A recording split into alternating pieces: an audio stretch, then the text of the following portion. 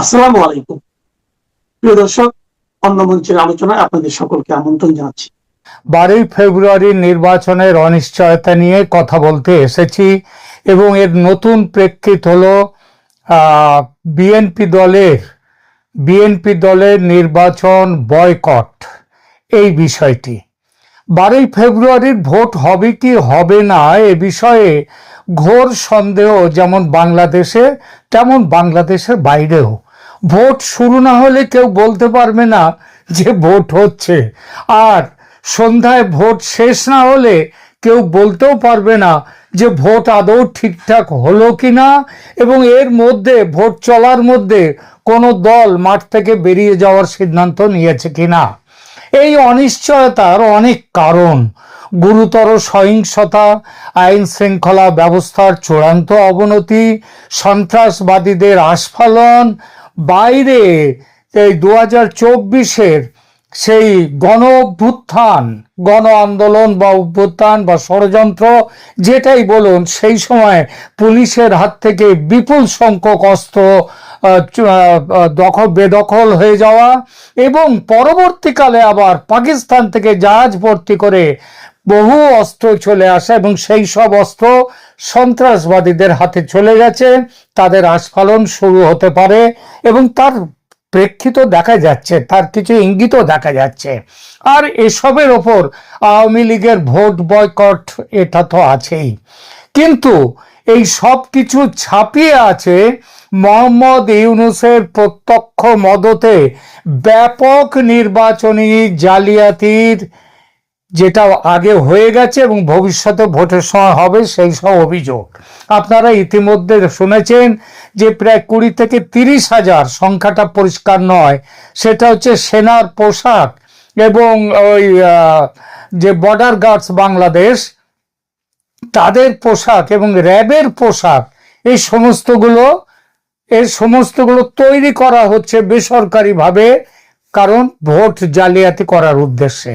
এটা দিনের আলোর মতো স্পষ্ট হয়ে উঠেছে যে সরকারি প্রশাসন যন্ত্র একেবারে খোলাখুলি জামাতের পক্ষে কাজ শুরু করেছে, যাতে জামাত জোট ক্ষমতায় আসে। ক্ষমতা দখলের ব্যাপারে জামাত বর্তমানে এতটাই নিশ্চিত যে জামাতের আমির প্রকাশ্যে বলেছেন নাহিদ ইসলাম মন্ত্রী হবেন। আপনারা খবরের কাগজে পড়েছেন সে খবর, এটা বহুল প্রচারিত হয়ে যাচ্ছে। শোনা যাচ্ছে তার দপ্তর পর্যন্ত, কোন দপ্তর তিনি নেবেন সেটাও ঠিক হয়ে গেছে। শুধু নাহিদ ইসলাম নয়, আগামী সরকারে কারা মন্ত্রিত্ব পাবেন সে তালিকাও তৈরি হয়ে গেছে। জয়ের ব্যাপারে জামাত এতটাই নিশ্চিত যে এই নিশ্চিত হওয়ার কারণ ইউনূস এবং তার সরকারের খোলাখুলি জামাত এনসিপি জোটকে সমর্থন, এবং তার সঙ্গে দেশের সেনাবাহিনীরও এই জোটকে পরোক্ষ সমর্থন। এখন অবধি পরোক্ষ আছে, নির্বাচনের দিন এই সমর্থন আর পরোক্ষ থাকবে না, প্রত্যক্ষ হয়ে যাবে।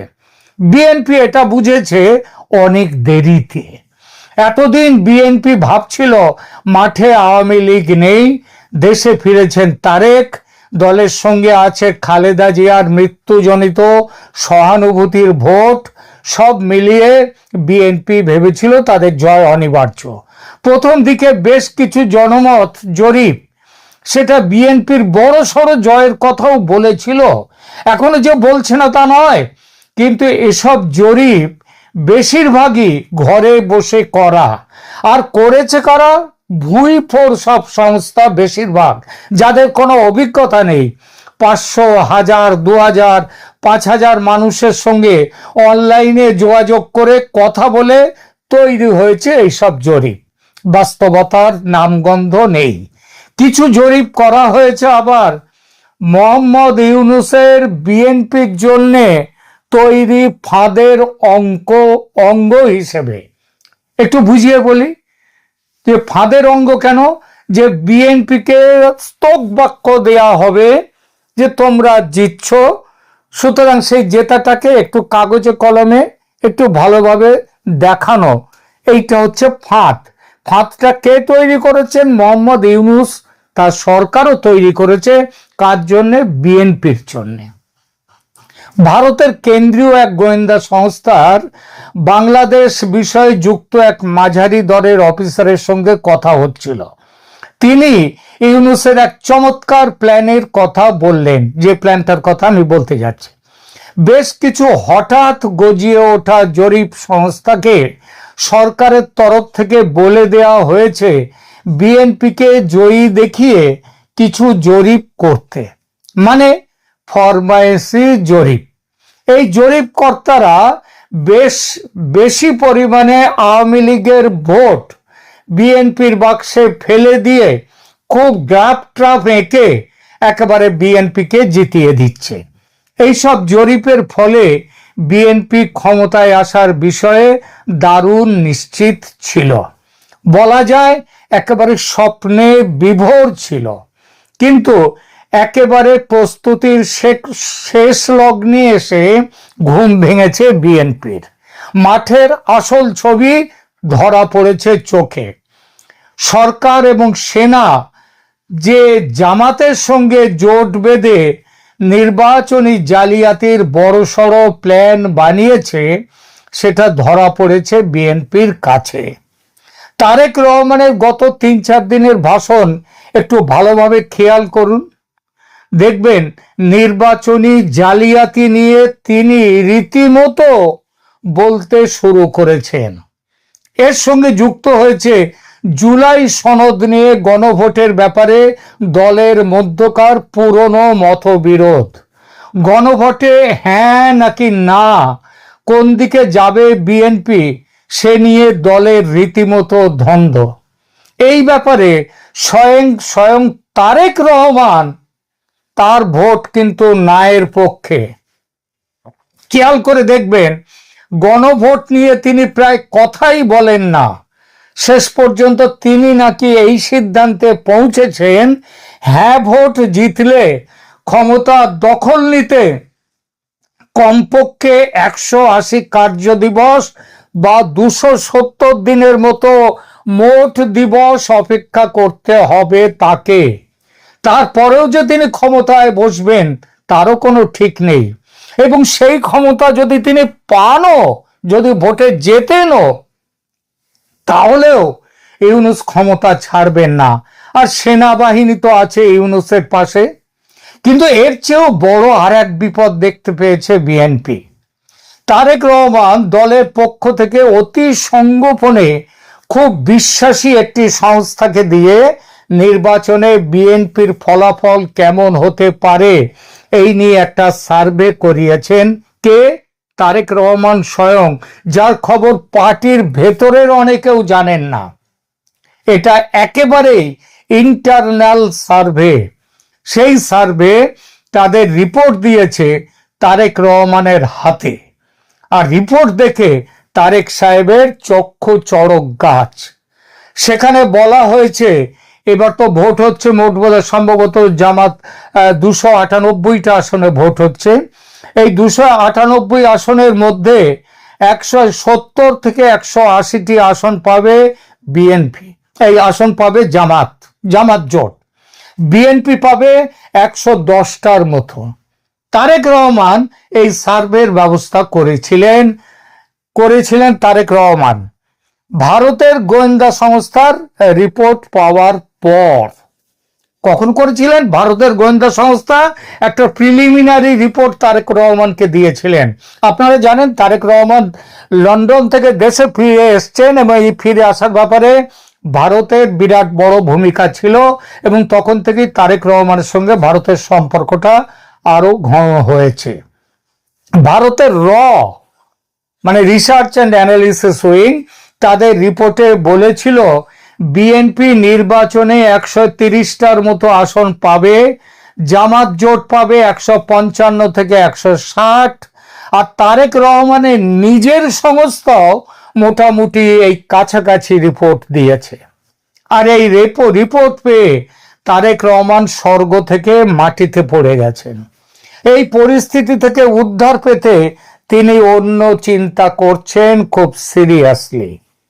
কি সেই চিন্তাটা হচ্ছে আজ বা কালের মধ্যে, অর্থাৎ নির্বাচনের একদিন আগেই বিএনপি নির্বাচনে জালিয়াতির অভিযোগ তুলে ভোট বয়কটের ঘোষণা দেবে। বিএনপির পক্ষে এই যে কারণ, অর্থাৎ এই জালিয়াতি, এটা আগে থেকেই মজুত আছে এবং বিএনপি সেই ব্যাপারটা নিয়ে কথা বলে আসছে। দীর্ঘদিন ধরেই বিএনপি দাবি করে আসছে যে বর্তমান প্রশাসনিক কাঠামোতে, মানে ইউনূস সরকারের প্রশাসনে সুষ্ঠু নির্বাচন সম্ভব নয়। এখন তারা দেখছে যে নির্বাচনে জালিয়াতির আলামত স্পষ্ট এবং মাঠ তাদের অনুকূলে নেই। সুতরাং পরাজয়ের চেয়ে জালিয়াতির অভিযোগটা তুলে, যে অভিযোগ খুবই সত্যি, সেটা তুলে বেরিয়ে যাওয়াটা কৌশলগতভাবে অনেক লাভজনক। নির্বাচনের ফলাফলে শোচনীয় পরাজয় হলে দলের মনোবল ভেঙে যেতে পারে। তার চেয়ে ভোট কারচুপির অভিযোগ তুলে রাজপথে আন্দোলন গড়ে তোলা এবং আন্তর্জাতিক মহলের দৃষ্টি আকর্ষণ করা বিএনপির জন্য দীর্ঘমেয়াদী রাজনীতির অংশ হবে।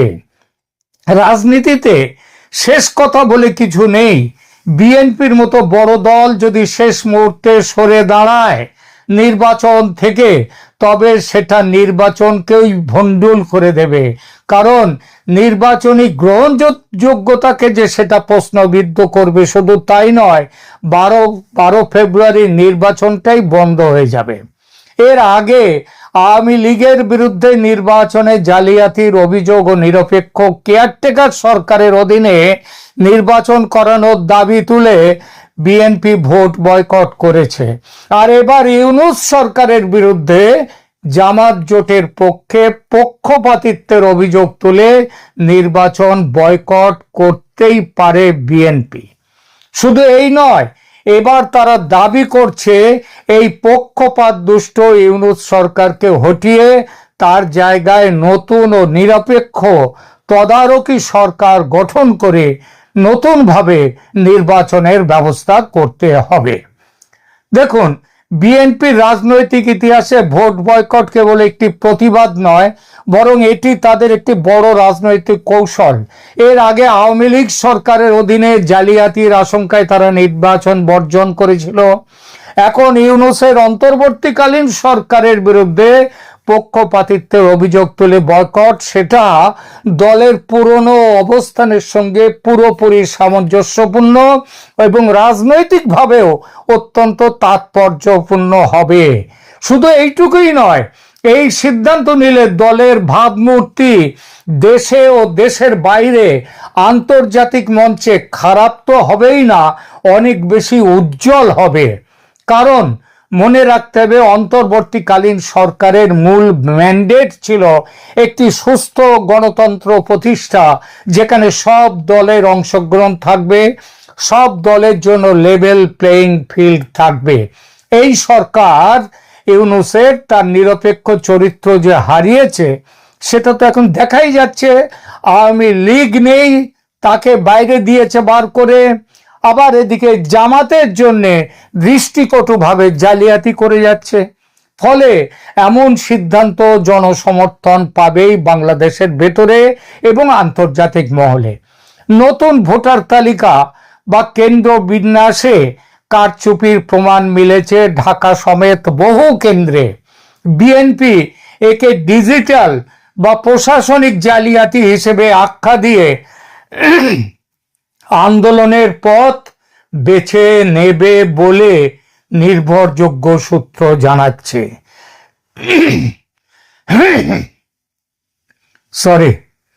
বিএনপির ভোট বয়কটের সিদ্ধান্ত একটা সুদূর প্রসারী চিন্তা ভাবনা থেকেও উঠে এসেছে। লন্ডনে বিএনপির থিঙ্ক ট্যাঙ্ক হিসেবে পরিচিত তারেকের অত্যন্ত বিশ্বস্ত কিছু মানুষ একটি যুগান্তকারী প্রস্তাব দিয়েছে, সেটা এইবার বলবো।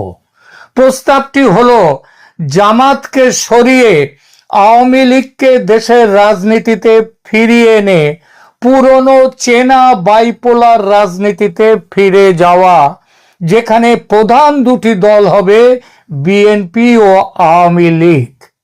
মনে রাখতে হবে, যে আওয়ামী লীগকে দেশে রেখে দিয়েও বিএনপির সভানেত্রী বেগম খালেদা জিয়া তিনি তিনবার বাংলাদেশের প্রধানমন্ত্রী হয়েছিলেন। সুতরাং আওয়ামী লীগকে নিয়ে এলে বিএনপির লাভ, দেশের লাভ এবং আন্তর্জাতিক স্বীকৃতিও বিএনপির পক্ষে আরো প্রবল হবে। একে রাজনীতির ভাষায় বলা হয় রিয়েল পলিটিক বা বাস্তবমুখী রাজনীতি। আপাত দৃষ্টিতে বিএনপি এবং আওয়ামী লীগকে চিরশত্রু মনে হলেও ক্ষমতার ভারসাম্যের প্রশ্নে এই তত্ত্বটির পেছনে, অর্থাৎ আওয়ামী লীগ এবং বিএনপি এই দুটোই থাকবে দেশে মুখ্য ধারার দল। এই প্রশ্নে, এই তত্ত্বর পেছনে বেশ কিছু শক্তিশালী যুক্তিও রয়েছে। প্রথমত, দ্বিমেরু রাজনীতি বা বাইপোলার রাজনীতির স্থিতিশীলতা। দীর্ঘ কয়েক দশক ধরে বাংলাদেশের রাজনীতি বিএনপি এবং আওয়ামী লীগ এই দুই মেরুকে কেন্দ্র করে আবর্তিত হয়েছে।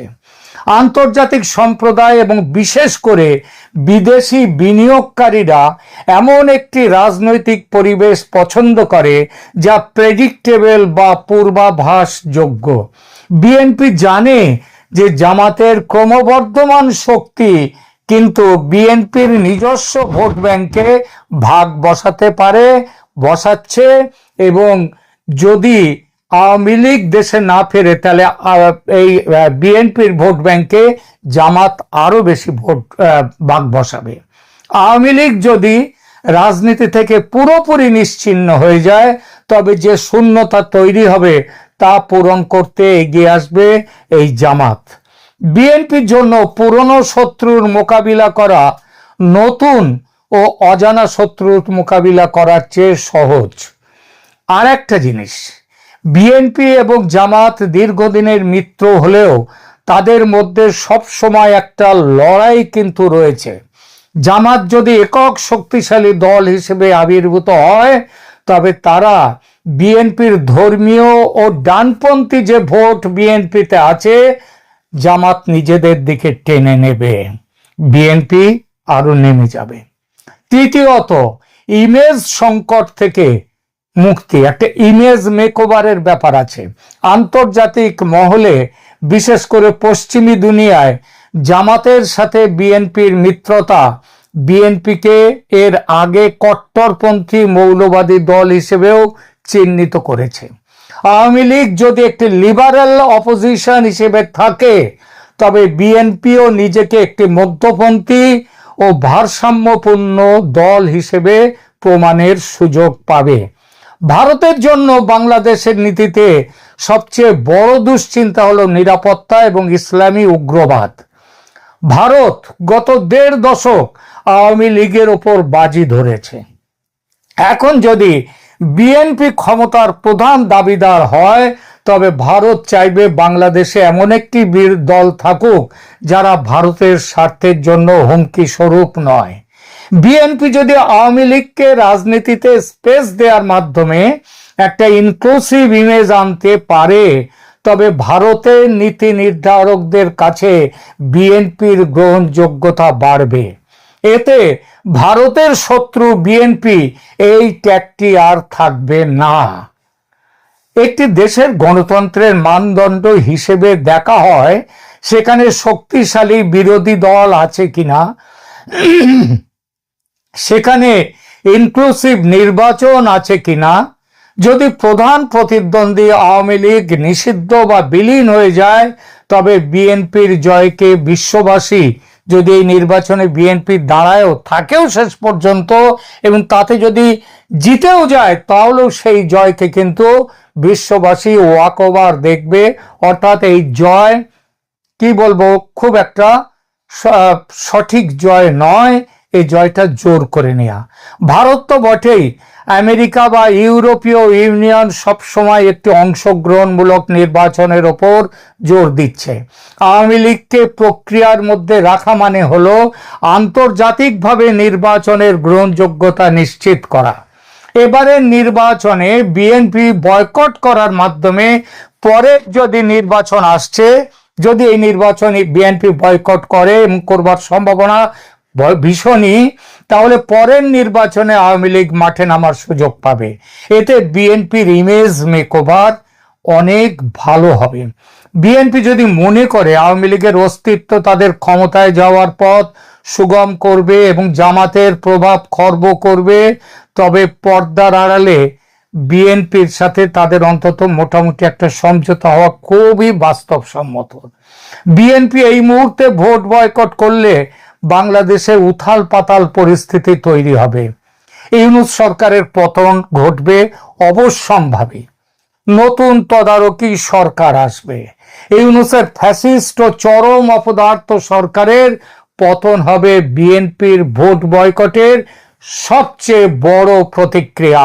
আর এটা হলেই বাংলাদেশে বিএনপির সমর্থনের গ্রাফ একেবারে রকেটের মতো উপরে উঠবে। কথিত এই নির্বাচন নামক নাটকের মাধ্যমে জামাত ইসলামী ক্ষমতায় যাওয়ার স্বপ্ন দেখছে। দেশের ধার্মিকদের একাংশকে জামাত ইসলামী কনভিন্স করতে পেরেছে এই বলে যে তারা ক্ষমতায় গেলে সোনার বাংলাদেশ গড়ে ফেলবে। আমাদের দল বাংলাদেশের জনগণের সাথে যে অন্যায় আচরণ করেছে, যে জুলুম করেছে, আমরা বিনা শর্তে মাপ চাই। একটিবারের জন্য আমাদেরকে আপনারা ক্ষমতায় দিন। আমরা ভালো হয়ে গেছি, এখন দেশের জন্য ভালো কিছু করতে চাই। ধরুন ভোট চুরি করে জামাত ক্ষমতায় গেল, তারা ক্ষমতায় গিয়ে আসলে কি করতে পারে?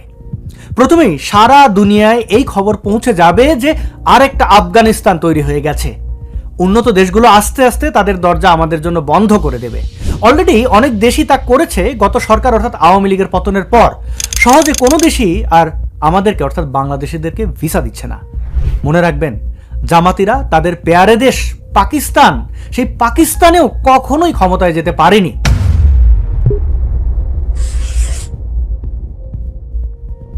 জামাতের একেবারে মূল একটি আদর্শ আছে, আল্লাহর আইন চাই।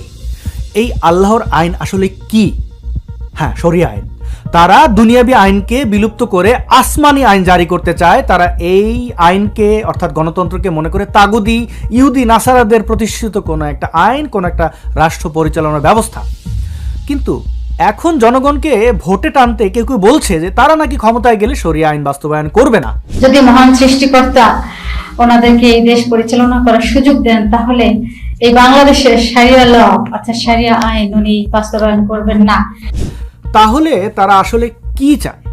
আপনারাই বলুন, তারা আসলে কি চায়?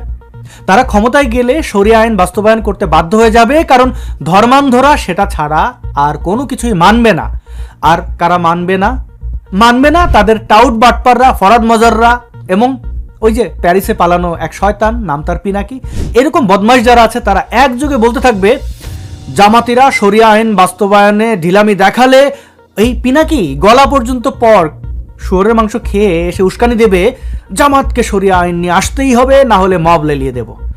এরপর সে আনন্দে আহ্লাদে ভদকা খেয়ে ঘুমিয়ে থাকবে। এরকম একটা ইবলিশকে না পেলে একটা বন্য শুয়োরকে পাললেই বরং শুয়োরের খামার জামাতের অধিক লাভ হবে।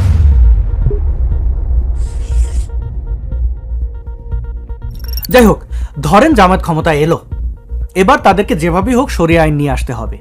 এতে কি হবে? ধরেন মাত্র একজন নারীকে পাথর মেরে হত্যা করলো ব্যভিচারের দায়ে, সারা দুনিয়া তখন স্যাংশন দেবে। আমেরিকা, ইউরোপ সহ সকল উন্নত দেশ একযোগে বৈরী আচরণ শুরু করবে। সবাই প্যানিকড হয়ে যাবে। এমনিতেই আমরা বিদেশ নির্ভর, অর্থাৎ আমাদের দেশ টিকে আছে বিদেশে কাজ করা বাংলাদেশি শ্রমিক আর গার্মেন্টস শিল্পের উপরে দাঁড়িয়ে। স্যাংশন খেলে কয়েক মাসের মধ্যেই সব শেষ হয়ে যাবে। মনে রাখবেন, বাংলাদেশ কিন্তু ইরান, পাকিস্তান বা আফগানিস্তান নয়। এরকম সমস্যায় পড়লে বঙ্গোপসাগরে ডুবে মরা ছাড়া আমাদের আর কোনো উপায় থাকবে না। কোনো দেশ দেউলিয়া হলেও সেখান থেকে এক সময় না এক সময় উঠে আসে, কিন্তু আমরা আর উঠে দাঁড়াতে পারবো না। কারণ জামাত একবার ক্ষমতায় আসা মানে হচ্ছে সবকিছু আপসাইড ডাউন হয়ে যাওয়া। কেউ আর এই দেশকে বিশ্বাস করবে না।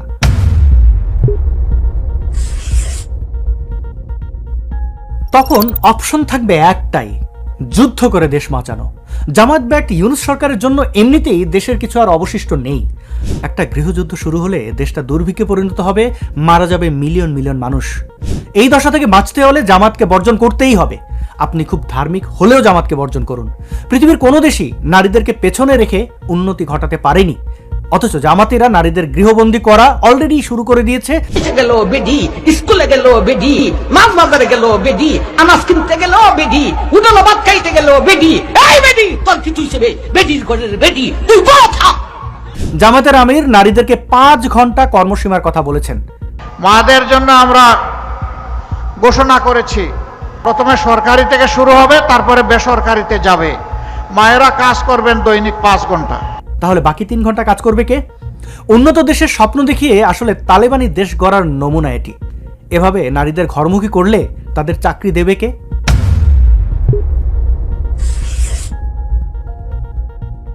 নারীদেরকে গৃহবন্দী দাসী বানাতে মোল্লাদের ভালো একটা চাল আছে। তারা বলে বেড়ায় নারীরা হচ্ছে ডায়মন্ড, নারীরা হচ্ছে রানীর মতো, তাই তারা ঘরে থাকবে, চাকরি বাকরি করবে না। এই মোল্লারা ক্ষমতা পেলেই নারীদের কোনো অধিকারই অক্ষুণ্ণ রাখবে না। অলরেডি আফগানিস্তানে নারীদের উচ্চশিক্ষা নিষিদ্ধ করা হয়েছে, দাস প্রথা ফিরিয়ে আনা হয়েছে। জামাতিদের মতে জন্ম নিয়ন্ত্রণ হারাম। বাংলাদেশে জন্ম নিয়ন্ত্রণ না করা হলে এটি জঙ্গলে পরিণত হবে, মানব জঙ্গলে পরিণত হবে। যে দেশে মাত্র 1 কোটি মানুষ হয় যথেষ্ট ছিল, সেখানে এখন 18 কোটির বেশি মানুষ। চারিদিকে মানুষ গিজ গিজ করছে। জীববৈচিত্র্যের কিছু আর অবশিষ্ট নেই। ফসলের জমির সংকট, নদীগুলো নর্দমায় পরিণত হয়েছে, বাতাস পর্যন্ত বিষাক্ত হয়ে গেছে। জামাতের প্রাক্তন আমির রাজাকারের শিরোমণি গোলাম আজম জন্ম নিয়ন্ত্রণের বিরুদ্ধে রীতিমতো বই লিখে ফেলেছে।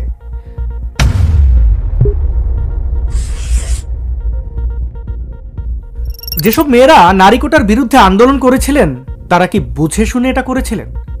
পিছিয়ে পড়া নারীদের জন্য কোটার বিকল্প কি আছে? জামাতিরা তাদের নারীদের হিজাবের ভেতরে ঢুকিয়েছে, এমনকি চোখগুলো পর্যন্ত বের করতে দিচ্ছে না। ক্ষমতায় গেলে ঘরের বাইরেও বের হতে দেবে না, এটা নিশ্চিত। একজন নারীকেও তারা সামনের নির্বাচনে মনোনয়ন দেয়নি। জামাতের আমির ঘোষণা দিয়েছে যে নারীদের নেতৃত্ব তারা মেনে নেবে না। Can I ask you how many women candidates has the Jamaat-e-Islami fielded in this election, in the parliamentary election? Not a single one. What about the position of the head of the Jamaat? Could a woman take your place one day? It's not possible. It's not possible because Allah made everyone in its own entity. কিন্তু এই মুনাফিকের দল আগে অর্থাৎ বিএনপির সাথে জোট বেঁধে নারীর আঁচলের নিচে কিভাবে ছিল তা কিন্তু আমরা জানি। আপনারা দেখেছেন কুখ্যাত সেই দিল্লা রাজাকার কিভাবে নারী নেতৃত্বের বৈধতা দিয়েছিল কোরআন হাদিসের নিষেধাজ্ঞা নেই বলে। শুনুন তার মুখ থেকে। দলীয় ঐক্য জোট গঠন করেছেন যে দলের প্রধান হচ্ছেন একজন নারী। আমরা তো এটাকে হারাম বলিনি, ইসলাম তো এটাকে হারাম বলেনি।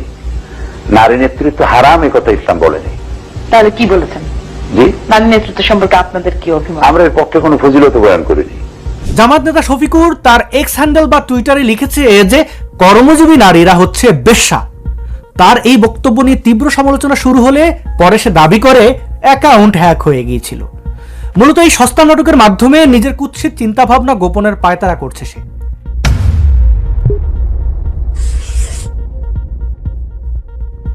নারীদের উচিত ঘোষণা দিয়ে জামাতিদের বর্জন করা, না হলে আপনাদের বেঁচে থাকার মানে হবে শুধু কোনো এক পুরুষের মনোরঞ্জনে ব্যস্ত থাকা।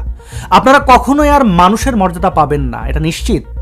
জামাতি মুনাফিকদের আরেকটা গুরুতর সমস্যা হচ্ছে এরা গণতন্ত্রকে ক্ষমতায় যাওয়ার সিঁড়ি বা ঢাল হিসেবে ব্যবহার করছে। এরা মোটেও গণতন্ত্রকে বিশ্বাস করে না।